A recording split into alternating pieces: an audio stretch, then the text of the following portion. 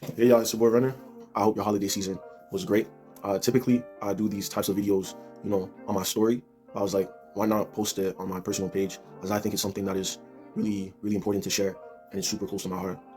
What really compelled me to speak on this is just seeing the effects of these men who like to posture themselves as philosophical leaders, real men, and so on and so forth. But in reality, they're just pushing demonic ideology that is detrimental to men's health, is detrimental to our families, and it's detrimental to our communities. And so to counter that, I was like, why not speak on it from a truly biblical and I think healthier alternative?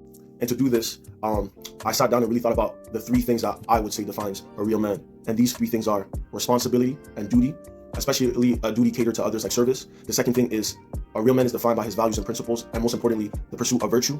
And the last thing is that a real man is also defined by his capacity to be vulnerable and to overcome his own fear of vulnerability.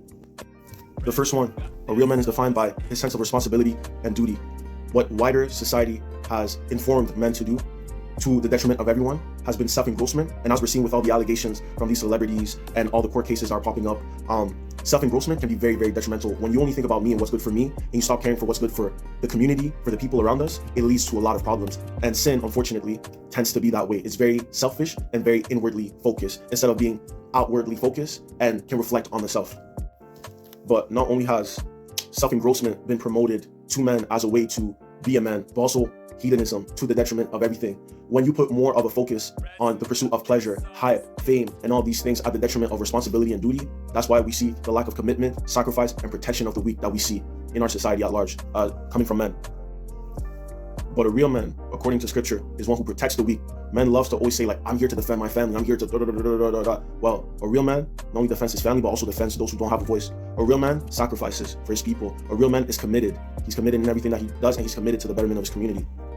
Lastly, for us, for the guys, like, we're not that great at vulnerability. Sometimes it's because we've been damaged and hurt, or sometimes it's because we've seen others be damaged and hurt, and so we're afraid.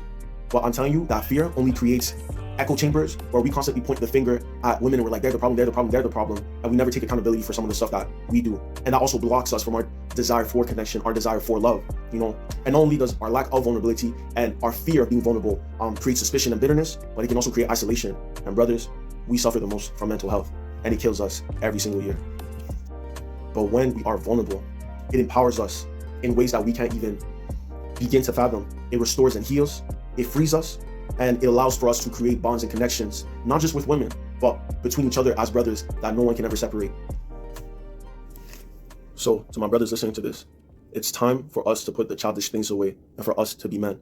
And I don't want to be up here and act like I have it all together. I've done a lot of mistakes born out of immaturity, things I regret, things that I don't look too fondly to when I think about the past. But I'm grateful to God for his grace and for his ability to work with me and to walk with me throughout this whole journey. So, once again, let's be men of virtue, let's be men of responsibility and duty, and let's be men who are willing to be vulnerable with each other, with the women in our lives, and our friends. God bless y'all. Peace.